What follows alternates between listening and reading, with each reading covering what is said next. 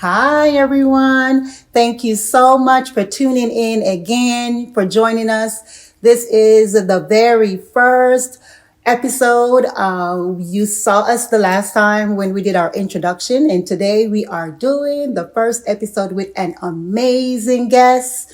And so I'm so excited today to have Pastor Dr. Chris Scott. She is with us today, and I am so grateful to have her next to me today. Welcome, Dr. Chris Scott. Thank you. Thank you for having me. I'm so excited to be here. So thank you, Dr. Pike. So I have this amazing person, a lady, pastor, doctor, with us. Just a little bit about her. She is a mom. She's a grandma. Yes. She's a wife. She is a pastor. Oh my. Oh my. Where is she? Where is she? She's right here. She is well accomplished and have done so many amazing things in her life. She is a life coach. Actually, she's a professor of a life coach. Okay, so she can teach you how to be a life coach. Not just that, but she's an author of many books. And what are some of the books that you've written so far? Oh, gee, the very first one that the Lord led me to actually write was connecting the dots to your purpose, discovering your spiritual gifts. And that was the very first one, and I think the most valued one, because it helps individuals to discover what their gifts are, because a lot of people don't know. And that's why Dr. Miles Monroe, his quote, I really take to it. He says, the wealthiest places in the world, Dr. Pike, it's not banks, it's not the stock market, it's not gold mines or diamond mines. It is the cemetery. Yes, because every day people die with these gifts in them, books that were not written, businesses that were not started, people that wanted to go back to school and didn't. So we have to make sure that we live our life with no stone unturned. No stone. I love that. Yeah. I love that because, and that's why I love the fact that you are a motivator. You definitely motivate others. You motivate people to really dig deep in themselves and find their true passion. And you coach, you're just like such an amazing person. And not just that, but you have a diverse Black culture. Oh, yes. You have traveled the world. Yes. And a few years back, we met. I can't remember if it was at church or if it was an event. I just don't remember where. It's been a while. Right. But then our kindled spirit, like we just kind of click, right? Or connect or bond. And the feeling has just been so mutual between us. I love you. I love you too.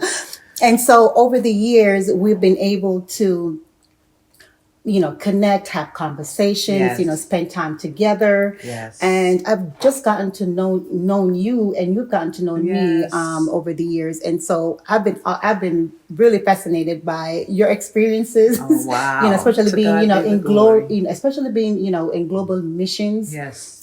Traveling the world to Africa, different continents, different countries. And so, can you tell us just a little bit about your experiences with the global missions? Yes. Well, Dr. Pike, I remember when God first said to me, "You're going," and I said, "Yes, Lord." I said, "Send me, I'll go."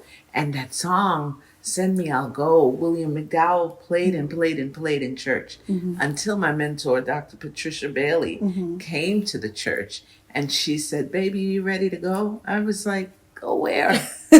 And she said, "We're going to Haiti in a couple of weeks, and I want you there." And it was so difficult because my family couldn't understand why I was going to Haiti, but yet I didn't want to go back to the country where I was born. Not that I didn't want to go back, but it didn't seem as important. So that's how my missions assignment started. Wow. So as you know, we are doing this podcast, The Oneness of Black. And of course, with this particular podcast, it's structured around encouraging meaningful discussions around culture, unity, and healing. Right? We're trying to make sure that we're exposing others to different cultures of Black. so that Yes. we can understand each other's culture and be Exactly. more welcoming, in an effort to help to heal some of the misconceptions and Yes. unbiased, Thinking. unconscious biases towards other cultures. And so we just want to make sure that we are having these rich conversation that's really going to help us to reflect, Yes, I agree. to really think about how can we really make sure that we are owning in, on really Exactly. focusing on being stronger Being stronger together. together. Yes, that is I so important. agree. It's so important, Yes. especially now. Especially now. Yes, in the day and age in which we're living in, we need to unify, and be stronger together. Yes, we Yeah. do. We sure do. So recently, I came across a video by TD Jakes, Yes. and this was actually recorded a few years back, I think 2021 for New Year's Okay. Eve, and I found it fascinating because Really? he had a really good introduction. In the introduction, he was reflecting on a recording that he heard in regards to, well, he started talking about, the Indians, the American Indians, and and how they were grouped. So I'm going to play that clip, and then we're going to jump into our conversation, and we're going to kind of talk about, because I remember when I met you, a couple of times talked about, that we are all related. Always one. Yes, always one. And that we could be related to people that are, other blacks that are in other countries, and we Yes, just don't know. that's true. We Yes. just don't know. And I got that from you, and I'm gonna let you tell the story a little bit later on. But that just reminded me when I heard this clip. So I'm just gonna play a few minutes of it, and then we'll jump into our discussion, in a few minutes, so we can really think about some of the things that's shared. Because truth is a relative thing, There's a perspective on truth. And so the Native Americans, as I studied them in school, we saw them as one group of people, one broad brush. We stroked them all with that one broad brush, and we put them in a category as an ethnicity amongst others. We see them as one group.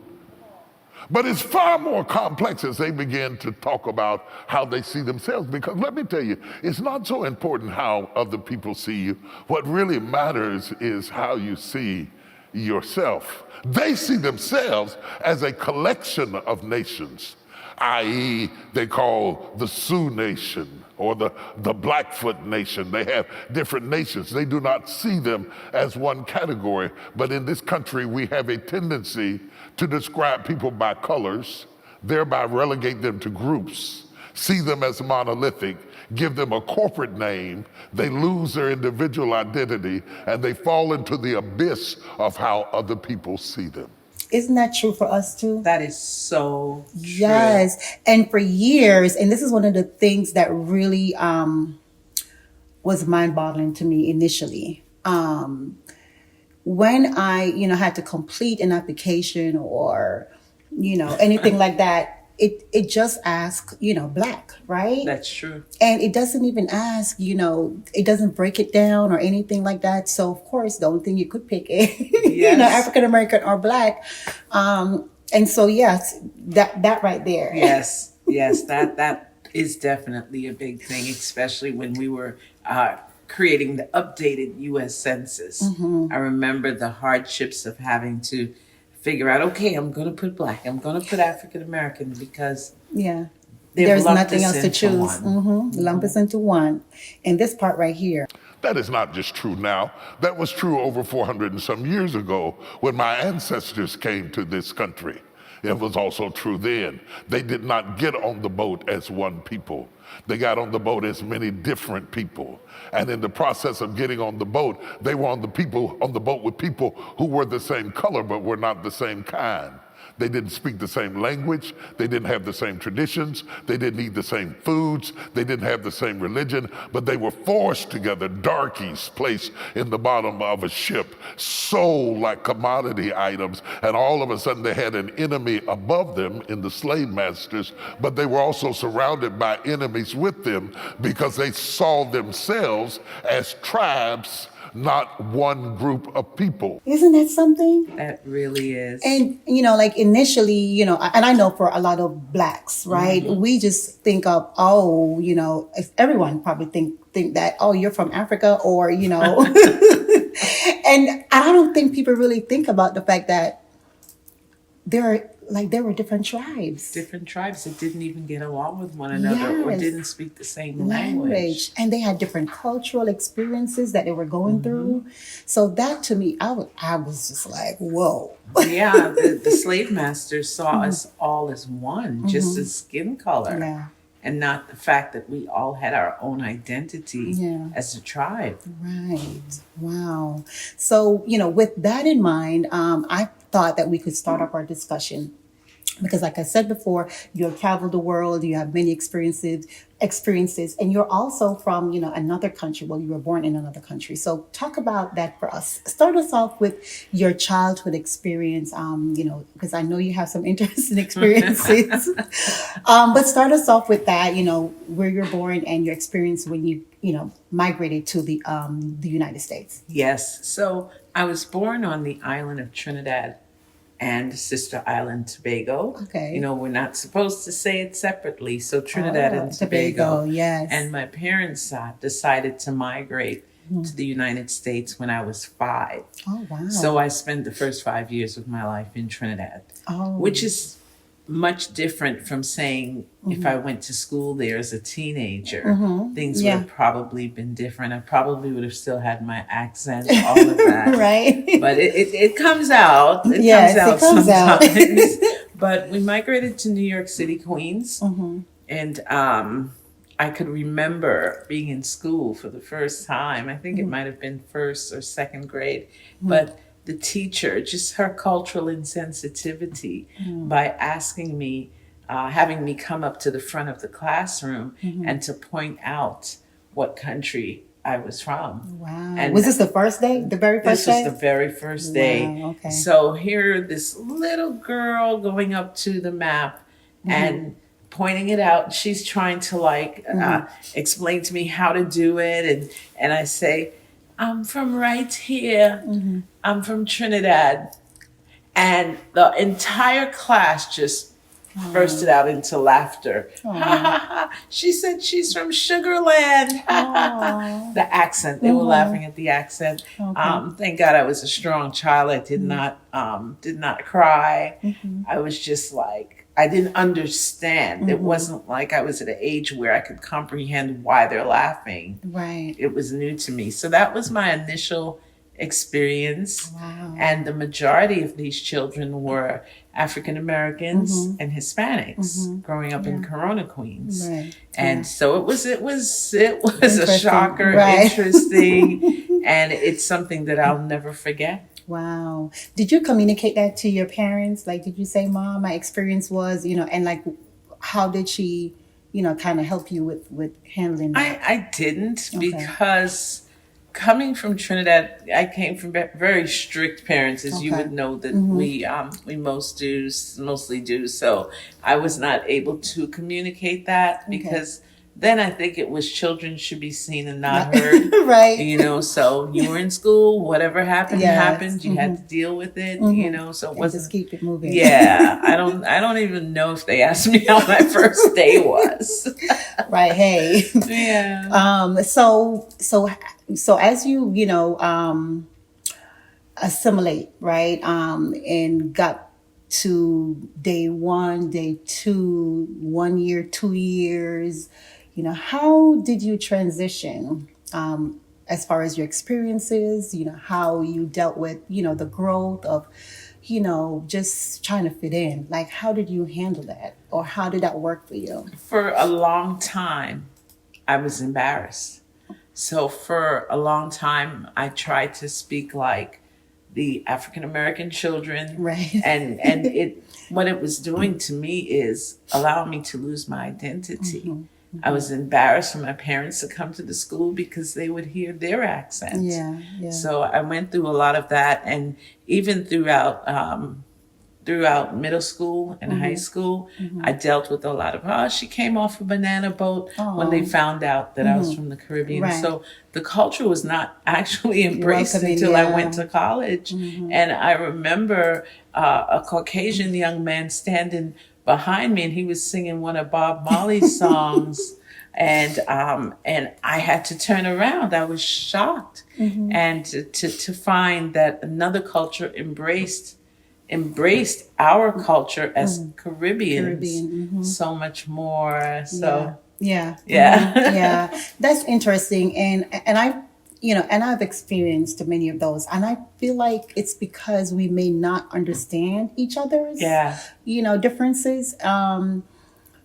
And that's why it's so important to have these conversations. Yes. Because we are the same color. Yes. But we do have different experiences. And the different experiences doesn't make us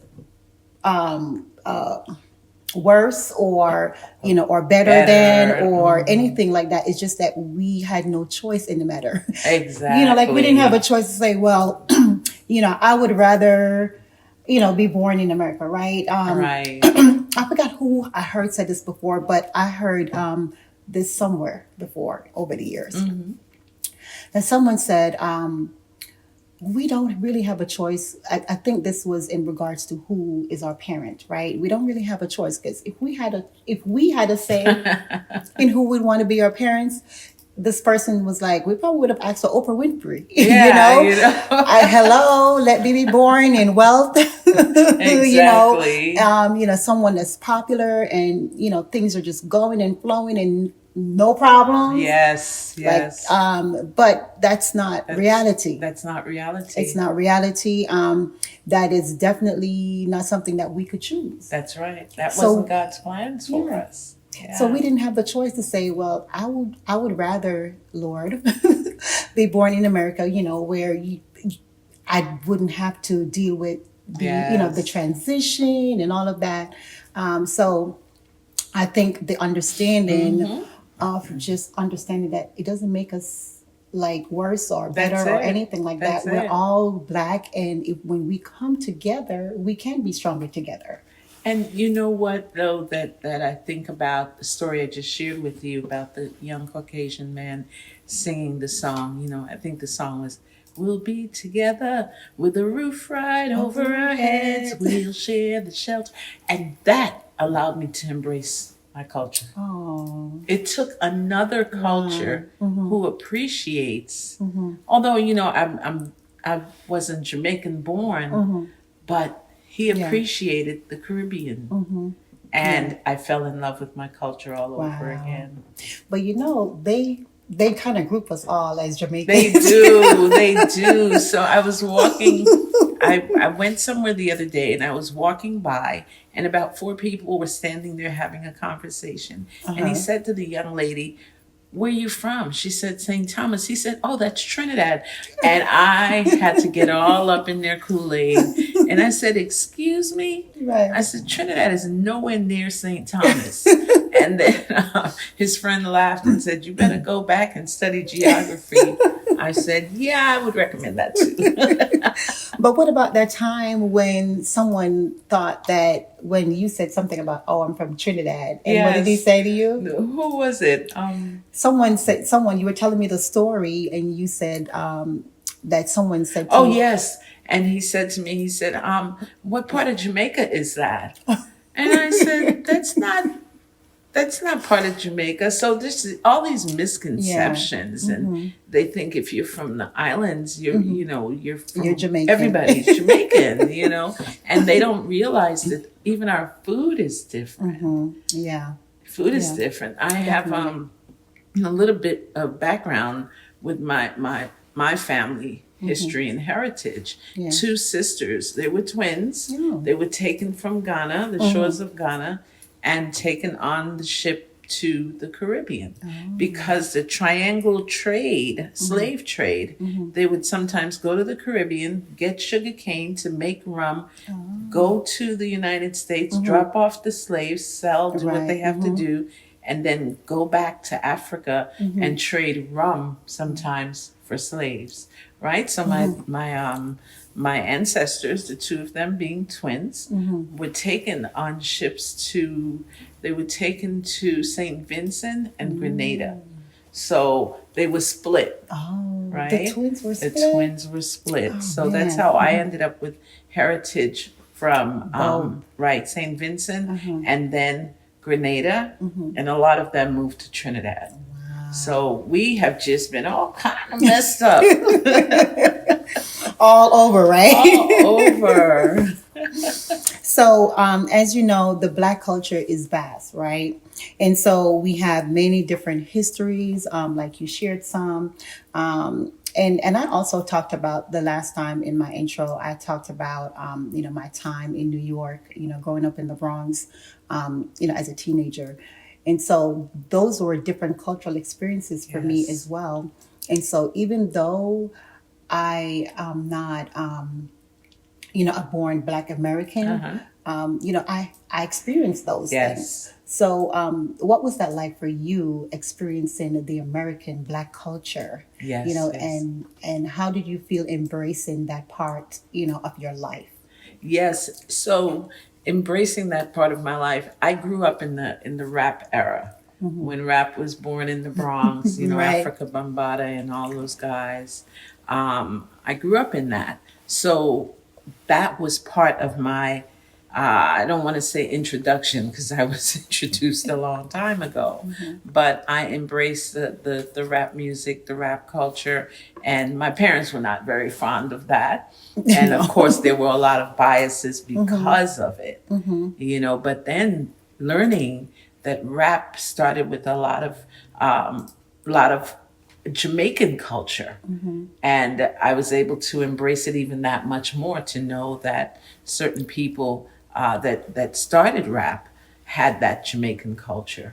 So yeah, there was a lot, and I think at some points I wanted to be American, because all do. I felt that there We was all did or I do, know, or I yes. know. I think there was such a disrespect for Caribbean people at that time, and the lack of understanding.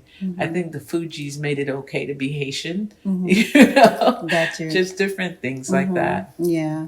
Wow. So it's really interesting, that you said that we all, wanted to be American, because that is so true.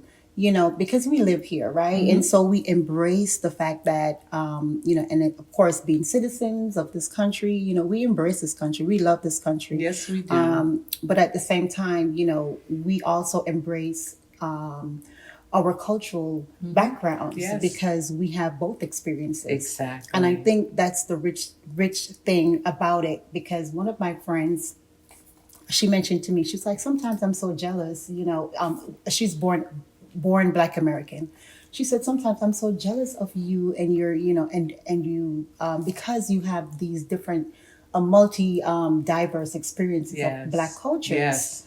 She said, you can be this way, like you could be Jamaican and you can talk and all that stuff, but I can't do that. And, and so she likes Jamaica. She likes to travel there. Yeah. And then but she said, I only know the one culture. Yes. And so, being that we're able to embrace the American culture, as well as still embrace our own culture, Yes. I think that's what makes it so rich for us. So rich for us. Because we have the appreciation of both, Yes, right? we do. So, do you think that there are generational differences in how Black people from different cultures engage with each other? I would definitely say so. I have experienced that throughout life. And there's so many several different phases of life. And depending on where you are, it's different. So as a teenager, I saw so much more, and then as an adult now, seeing so much more, and seeing the disconnect as well as what brings us together. And I love what you're doing with your platform, because we need to embrace each other's culture. Yes. And just learn more and stop assuming. Yeah. I've had so many times where I've had to speak with either Black American friend or Mm-hmm. a Caribbean friend and say, hey, give them a chance. Yeah. Don't assume. And that's one Yeah. of the worst things that we can do is assume. Yeah. And people, I think I mentioned this too. People sometimes have these biases that are unconscious. They don't know. And I don't feel like they are really trying to be offensive or, or trying to not understand another culture. I feel people genuinely want to get to know us, Yeah. or, we get to know them. But I feel like sometimes because, like for example, I've been different, right? I have different experiences than maybe someone else who's been, born here or born in even, on the continent of Africa. And they come with different experiences too, and cultural experiences. And so even for me, looking at other Black cultures, Yes. I have to be very careful not to be biased, Not right? to say the wrong thing. Not to say the wrong thing or anything like that, because other people can be offended by Yes. something that I may say or I may think. And sometimes, I can unconsciously offend someone else too. Yes. Yes. Even though I don't mean to do it, it could happen, or I can have these thoughts of someone else because of what they're doing. Exactly. Yeah. And that reminds me, when we go away on a missions assignment, there is a word that we pray about, and it's called xenophobia. And xenophobia is the fear of someone from another culture. Yes. And I had to ask myself one day, this happens in Africa, but it happens right here. Right here, yeah. We have to be careful of xenophobia and being fearful of people of another culture. Yeah. So, Absolutely. Sometimes that's harder to do. it is. Sometimes it's harder to do that, than what we think, right? It is. It can be. Yes, it can be, because sometimes depending on how you were raised, Yes. if you're raised in a certain household where you're told certain things Yeah, about certain yeah. people, Yes. then And- you already have these biases that you probably weren't even aware of. Yeah. Like Yeah. we have 12 jobs. Exactly. Especially the Jamaicans have 20 20. jobs. Yeah, I've heard that many, many times. Yes. And and I don't know what it is about our culture where we are just hardworking. It's just, in us. Yeah, it's just a thing. I've not looked into that to see why we're like that, but it's just a thing, and I feel like sometimes it can be looked at a certain way, in a negative way. Exactly. Yeah. And that's done a lot. A lot of people look at it in a negative way. Like, those Caribbean people just come to take our jobs. We're like, no, that's not what it is. That's not what it is. And if a lot of people would get to know who we are as Caribbean people, a lot of times we go into the medical field. Yes. It's the thing to be a nurse or a doctor or something like that. So it's not that they're not coming to take your job. They're not coming to take your job. That's where I should be looking.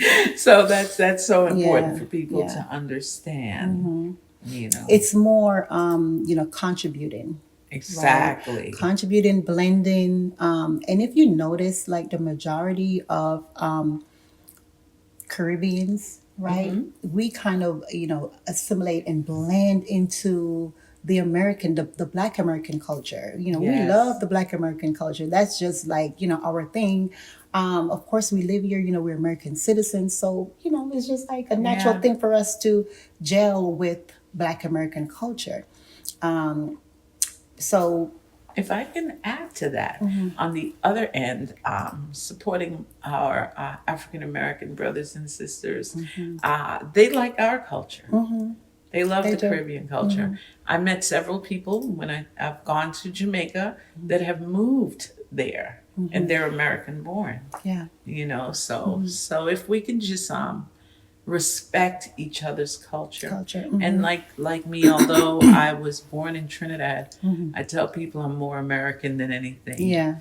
And that's me because too. it's the culture that we grew up in. We grew up here. I'll never forget the time, Dr. Pike, when rap first started, And I remember someone was walking by my window. We were living on a main street, and I had the window up, and I was looking out, and they would sell 8 tracks back I then, remember. and they had a portable speaker, and he was playing it Yes. loud, and I was like, I want that. I've been talking to my friends about it, and my mother walked up on me, and I jumped, and she was like, you better not even think about it. That Yeah. stupid rap music, she called it. And I was like, oh my gosh. But yeah.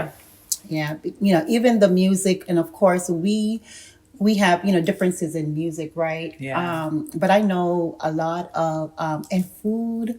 But I know a lot of my American friends. They like the music. They want to learn how to dance it. And the same goes Yes. both ways, because I love American music and I like to dance it and learn how and learn the different dance and things of that nature. So I feel like even though we do have some differences, Yes. when we come together and we're friends, Yes, right? We're yes. friends. I mean, I have tons of friends, from both cultures, from all different Black cultures, Yes. really. And I've learned over the years to embrace people, just to have an open mind when I meet them, Yes. because you never know why God placed you together, Yes. right? It could be that I'm placed together with you or another culture for a purpose, that's bigger purpose. than us. And if we look at the exterior of someone, or we look at the differences within cultures and put up a guard, We'll never get to know each other. we'll never get to know each other. We'll never get to work together to accomplish that purpose in which God has created us for. To be. Yes. That's it. That's Yeah. it. So, like that's one of the ways I feel like we can even start healing some of those hurts. Those hurts. Is just, putting down our guards. Yes, yes. Why do I not forget what that teacher did? Yeah. Why does that stick out in my mind? Because it cuts so deep. Yes. So we have to be careful that we're not creating these same biases amongst our children. Like, one of the things I used to hear from people is, oh, Americans are lazy. They don't want to work. I met my husband, and he's American born, born and raised in the Bronx. Came from such a great home, some of the hardest working people you can find. Yeah. So it's these things that people say in our presence Yes. that build these walls. So we need to change that. And Yes. again, I love your platform, and I believe it's going to help a lot of people change their stinking thinking. Right. So. Yeah. I the biggest thing for me too is creating these awareness of some of the things that we do unconsciously, because we don't mean harm or evil to each other. We don't. We really don't. We really love each other, and we really want to build those friendships. But unfortunately, it's there. It's there. deep down in us. Is. And we just have to figure out how we can be able to start reflecting, and hopefully from these conversations, it can make us, start thinking about our own thoughts, our own way of thinking, and to see if something else we can do. Yes. It always starts with us, right? Always starts with us. Yes, look at the man in the mirror. Look at the man in the mirror. It starts with us, and if we can start reflecting within ourselves, exactly. I think that we would be able to try to come to some common ground. Yes, yes. And even, even adults, and when I say adults, I'm talking the elderly. When my introduction to Georgia culturally, I was working for the State Department, and I remember we were having a potluck. I made curry chicken. So I take the curry chicken to work, and, we're getting ready to have lunch. And one of the elderly ladies says, green chicken. Never had. I'm not eating that. She didn't know who made it. Yeah. And she said that. And that's why we have to be careful what we say. Be careful. Yeah. So to start the healing process, I know we just talked about, reflecting deep within. What other advice would you have to give to the audience in regards to the healing process that some people, because I know you have experienced a hurt or two over the years, right? And myself, I've also experienced, hurt here and there, Yes. from different experiences from other Blacks. Yes. So, what would you say would be, not just reflecting deep within and thinking about it, but what advice would you have for the audience, for somebody out there that have experienced, had a bad experience? Yes. Yes. So I think one of the crazy experiences for me is what I'm going to share before I talk about the healing process. But I remember when I was a full-figured model in New York, and I went to this particular business that was going to allow us to utilize the clothing. So the individual gave me a fur coat, and he said he thought I was American because of the accent not there. He said, "We know that most of your people can't afford this." Yes, he did. Wow. So there's so many things that we've had to deal with, and him not. So I've taken on the brunt of my American brothers and sisters as well, because it was assumed that I was, and which was fine because I wanted him to assume that, Right. But I would say the healing process is going to take us coming together and no more separatism. Yeah. Get to make it a conscious thing to meet someone of a different culture. Make it a conscious thing to say, you know what, I'm gonna reach out to this person because I know that they're from another country. Just like the guy who said, "Oh, so St. Thomas, that's in Trinidad," and it's sad that people don't take their time to know. Like a lot of people will say, "Oh, that's part of Jamaica, or close to Jamaica." No, you have to learn that there's the Eastern Caribbean and the Western, and I have to tell people a lot of times, it doesn't take 3.5 hours or 2 hours, 2.5 hours from Miami to get to Trinidad. It takes 5.5 hours because it's Eastern Caribbean and it's close to Venezuela.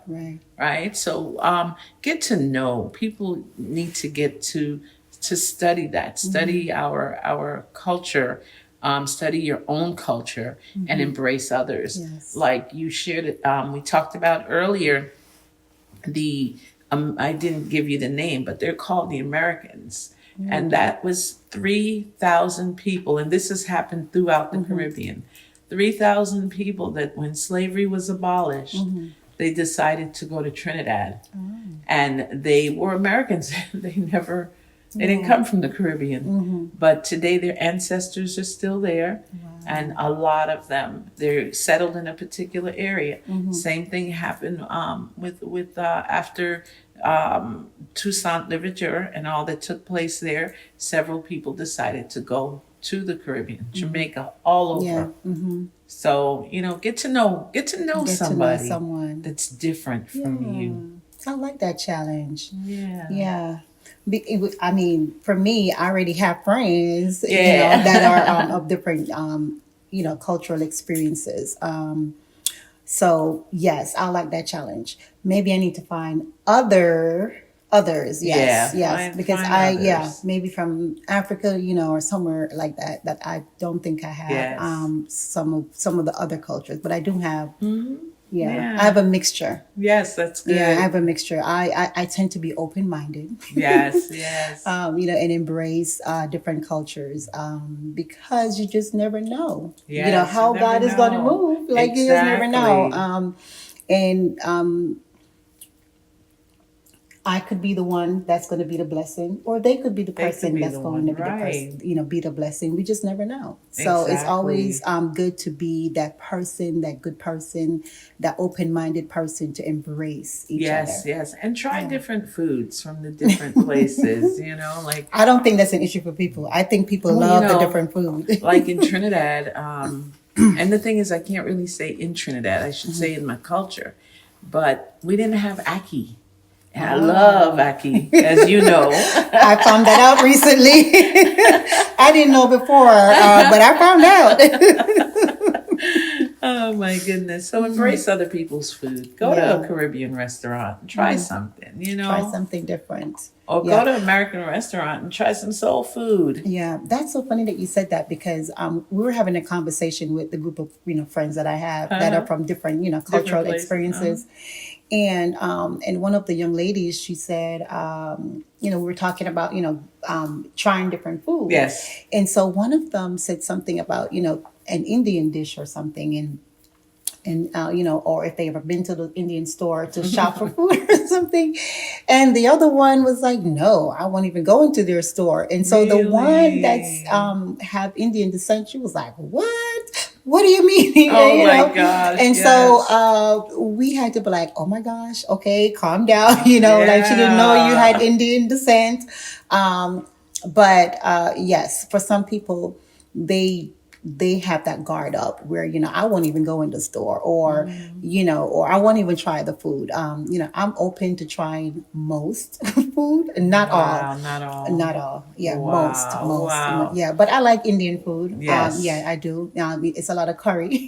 So and that's it. Yeah, With me, the main part of my culture is Indian. Yeah. My great grandfather was from Calcutta, India, and they used to make fun of me in college. They would say, especially my Jamaican friends, right? But it's all in fun. All in fun. They would say, "Oh, Trini, y'all curry everything. Y'all even put curry in your soup." Oh, wow.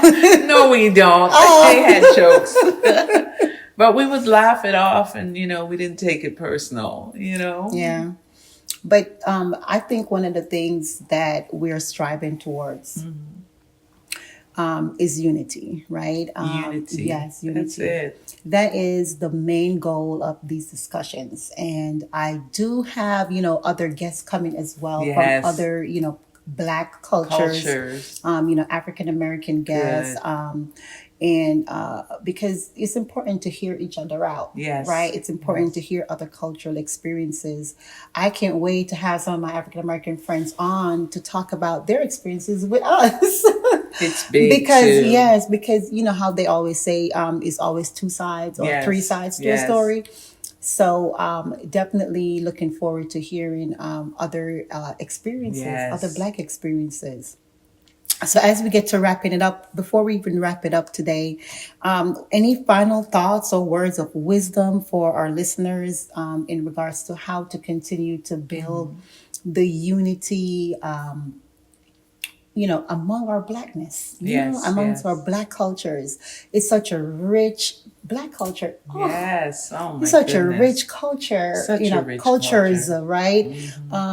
And the fact that we are one. Yes. Regardless. All of we is one. Yes. That's regardless, we are one. And just to build that awareness Yes. would be awesome. So what are your final thoughts? Like, what would you say to the audience?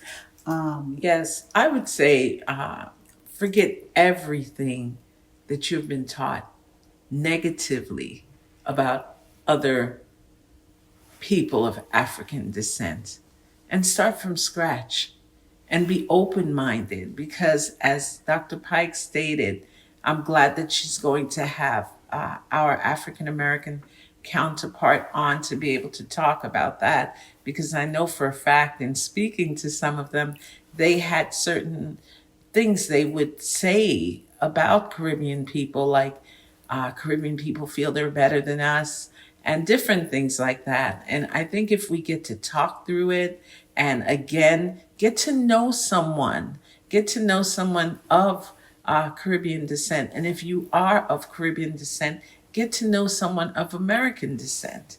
Because when it all comes down to it, we come from one motherland, and we should get to know each other and embrace each other's cultures and be willing to eat each other's food. Because although we talk about American and Caribbean here, even in the Caribbean community, there's a lot going on amongst ourselves that we need to be able to talk to others within the community as well, and embrace their food. And if you don't like it, at least you tried it once, like the goat head soup I had the other day. And it's called manishwata. Yes, Yes, it was delicious, but it's I don't know if I'll have it again. That's okay. I had some recently too, and I enjoyed it. You I'll have some it was again. good. It Yeah, was good. I'll have some again. It's Don't just worry. you know what it is? The fear of the unknown. Yeah, yeah, It's what you hear. yeah. I don't But care what they put in it. I said, It was I'm just going so to good. taste it. It was good. It was good. I did eat it. Yeah. So to my friend Christine from Jamaica, I ate it. Yes, and you were right. It heals just about anything. Yes.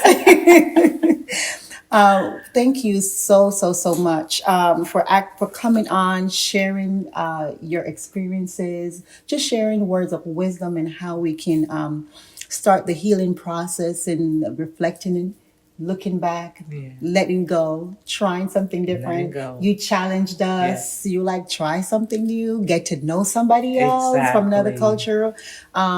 Black culture, and so that was awesome. Yes. So I hope you take her challenge. I hope you try to go out there and get to know someone else from another culture. Yes. Try somebody else's food. That would be so awesome. I can't wait for you to really delve in there. Okay, really delve in there. Let us know how you feel about knowing somebody else from another culture, Black Yes. culture. Let us know about that, okay? And also let us know what you think about the food.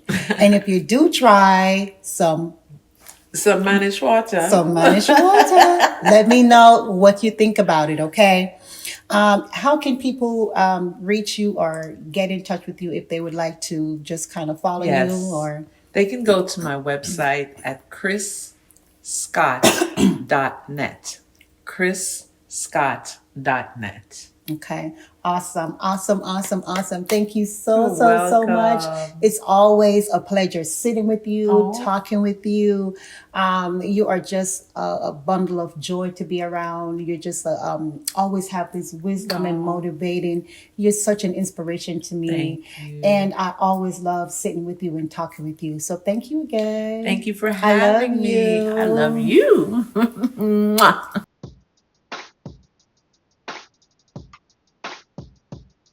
We're stronger together.